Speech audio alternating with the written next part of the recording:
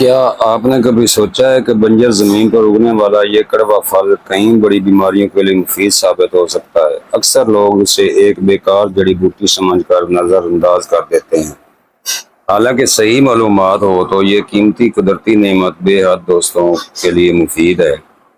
تو پیارے دوستوں، اس کو کہتے ہیں ہنزل، تما اور اندرین، جس کے بہت سارے حیرت انگیز فائدے ہیں۔ یہ پیٹ کے کیڑوں کے لیے بہت مفید ہے، بالوں کے مسائل کے لیے اور جوڑوں کے درد کے لیے اور بلڈ کینسر کے لیے۔ اس کی مکمل معلومات آپ سے شیئر کروں گا، ویڈیو پوری دیکھنا۔ آپ کو نایاب کشتہ رس کپور بتاؤں گا جو بلڈ کینسر کے لیے ہے اور جو عام سمجھنے والے پھل تما میں تیار کیا جاتا ہے۔ تو دوستو، آج ہم بات کریں گے ہنزل کے بارے میں، جسے بعض علاقوں میں اندرین، کورتما، ہنزل اور دیگر مقامی ناموں سے بھی جانا جاتا ہے۔ یہ بیل زیادہ تر ریتلی زمین، کھیتوں کے کنارے اور خشک علاقوں میں خود رو پیدا ہوتی ہے۔ اس کے پتے تربوز کے پتوں سے ملتے جلتے ہیں، جبکہ اس کا پھل شروع میں سبز، دھاری دار اور پکنے پر گہرا زرد ہو جاتا ہے، خربوزے کی طرح۔ اب بات کرتے ہیں اس کے فوائد کی۔ طب کے مطابق ہنزل کی توصیف گرم مانی جاتی ہے۔ یہ جسم سے فاسد مادوں کو خارج کرتا ہے، لیکن اس کا استعمال ہمیشہ احتیاط اور ماہر حکیم کے مشورے سے ہی کرنا چاہیے۔ جوڑوں کے دردوں کے لیے اس کا تیل بتاتا ہوں۔ ہنزل کے پھل کو کاٹ کر سرسوں کے تیل میں ہلکی آنچ پر پکا لیں اور تیل سے گھٹنوں، کمر یا جوڑوں کی مالش کی جائے تو بہت آرام ملتا ہے۔ بالوں کے لیے اس کے رس کو یا اس کے بیجوں کے تیل کو سر پر لگانے سے بال لمبے گھنے ہو جاتے ہیں، لیکن چونکہ یہ جلد پر جلن پیدا کر سکتا ہے، اس لیے بغیر ماہر کے مشورے کے استعمال نہ کریں۔ حیض جاری کرنے کے لیے بہت اچھی چیز ہے۔ حیض جاری کرنے اور درد کے ساتھ حیض آنے کے لیے بھی مفید مانا گیا ہے اور مجرب ہے۔ آپ کے لیے میں نسخہ بیان کر دیتا ہوں۔ کرنا کچھ یوں ہے کہ نمک تما اور نمک مولی برابر وزن اور اس کو کھرڑ کر لیں، اور اس کی خوراک 3 سے 4 رتی 1 تولہ شہد میں ملا کر اور اوپر سے تخم گاجر کے قہوہ پلائیں۔ حیض کے مقررہ وقت سے 2 دن پہلے استعمال کرائیں۔ 2-3 دن استعمال کرائیں گے تو وقت مقرر پر بغیر کسی تکلیف کے حیض جاری ہوگا۔ پیٹ کو کیڑوں کے لیے بھی یہ بہت اعلیٰ مانا گیا ہے۔ ہنزل کو بہت کم مقدار میں استعمال کیا جاتا ہے، 1 چٹکی بار استعمال کروائیں، لیکن اس کی زیادتی خطرناک ثابت ہو سکتی ہے، اس لیے کبھی بھی خود سے اس کا استعمال نہ کریں۔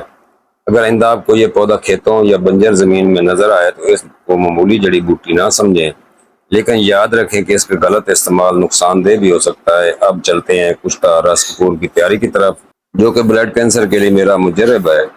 آپ نے کرنا کچھ یوں ہے، 4 کور تمے لینے ہیں۔ اس کو لے کر تخم بھنگ 3 تولہ لے لیں، کالی مرچ 3 تولہ، بوچی 3 تولہ، آمبا ہلدی 3 تولہ۔ کور تما 4 عدد لے کر ان کو اس طرح کاٹیں جیسے تربوز کی ٹکی لگائی جاتی ہے، علیحدہ کاٹ لیں۔ اب آپ پہلے تمے میں کالی مرچ، دوسرے میں تخم بھنگ، تیسرے میں باؤچی اور چوتھے میں آمبا ہلدی چھوٹے چھوٹے ٹکڑے کر کے ڈال دیں اور اوپر سے ایک ٹکی کے ساتھ بند کر دیں جو آپ نے نکالی ہے، اور چھاؤں میں ہوادار جگہ پر خشک کر لیں۔ جب اچھی طرح کور تمے خشک ہو جائیں تو سب اجزاء اچھی طرح علیحدہ بمائے تما پیس اور مکس کر لیں۔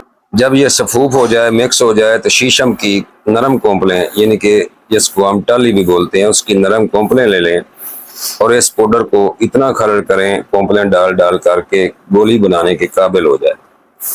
جب گولی بنانے کے قابل ہو جائے تو جنگلی بیر برابر گولی بنا لیں۔ اب نمبر 2 پر آپ لیں ½ کلو روغن کنجد یعنی تلوں کا تیل، 1.5 اسٹانک ہلدی ڈال کر ہلکی آنچ پہ پکائیں۔ جب ہلدی مکمل براؤن ہو جائے تو اس روغن کو چھان لیں۔ روزانہ 1 گلاس نیم گرم پانی میں 10 قطرے روغن ڈال کر یہ گولی استعمال کروائیں۔ بلڈ کینسر کے لیے بہت مفید ہے، فرق پہلی گولی سے ہی نظر آئے گا اور کینسر کے درد میں بہت جلد آرام آئے گا۔ اب آپ نے کشتہ تیار کرنا ہے، کشتہ رس کپور، جو ایک سنیاسی راز ہے، آپ دوستوں کو بتاتا ہوں۔ صرف حکما کے لیے صرف حکما ہی بنائیں۔ آپ نے لینے پکے ہوئے تمے جو زرد رنگ کے ہوں، ان کا پانی لے لیں 2 کلو، اور اس کو بذریعہ بتی یا فلٹر اچھی طرح فلٹر کر لیں، مقطر کر لیں۔ ½ کلو پانی لے کر 5 تولہ رس کپور کو ½ کلو پانی میں ڈول جنتر کر کے پکائیں، یعنی کہ پانی ڈال کر کسی برتن میں اور رس کپور کو تار کے ساتھ باندھ کر اس میں لٹکا کر آدھا کلو پانی میں پکائیں۔ جب وہ پانی خشک ہو جائے تو اس کو نکال لیں، دھو کر کھرڑ میں ڈالیں اور اس کو بریک کر لیں، اور 1.5 کلو پانی جو آپ کے پاس باقی بچا ہوا ہے بذریعہ کھرڑ اس رس کپور میں خشک کر لیں۔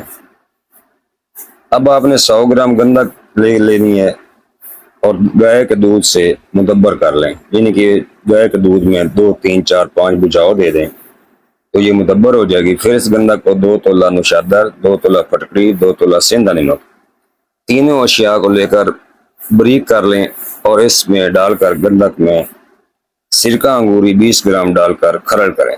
جب خشک ہو جائے تو پانی سے دھو دیں۔ اسی طرح 12 13 یا 15 بار یہ عمل کریں۔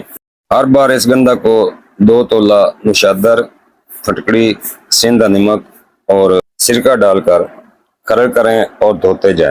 12 15 بار کرنے سے گندک کی سفید ہوگی۔ اب اس گندک کو 5 سے 7 مرتبہ تازہ پانی سے دھو لیں تاکہ نمکیات کا اثر ختم ہو جائے۔ اب 2 تولہ روغن بنولا لیں اور اس گندک کو اچھی طرح روغن بنولا میں کھرڑ کریں۔ 3 4 گھنٹے تک کھرڑ کرنے کے بعد لمبوتری گولیاں بنا لیں۔ گولیاں بقدر کوکن بیر کے برابر ہوں، لمبوتری ہوں، کچھ دیر خشک کریں۔ جب خشک ہو جائیں تو بذریعہ پتال جنتر تیل نکال لیں۔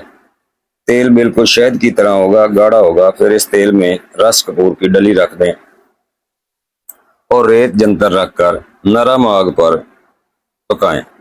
جب تیل خشک ہو جائے تو تیار سمجھیں۔ رس کپور کو کاغذ میں لپیٹ کر رکھ دیں تاکہ جو تیل اس میں لگا ہو وہ کاغذ چوس لے اور رس کپور خشک ہو جائے تو اس کو پیس کر محفوظ رکھیں۔ خوراک نصف چاول سے 1 چاول مکھن میں لپیٹ کر دیں اور اوپر سے 1.5 پیالی پانی میں 2 3 گرام دماسا خشک ڈال کر تازہ لینا ہے۔ دماسے کا رنگ سبزی میل ہو، پرانا نہیں لینا جو براؤن ہوتا ہے۔ وہ 3 گرام 1.5 پیالی پانی میں ڈال کر قہوہ تیار کریں۔ جب 1 پیالی رہ جائے تو مریض کو گولی کے ساتھ استعمال کرائیں۔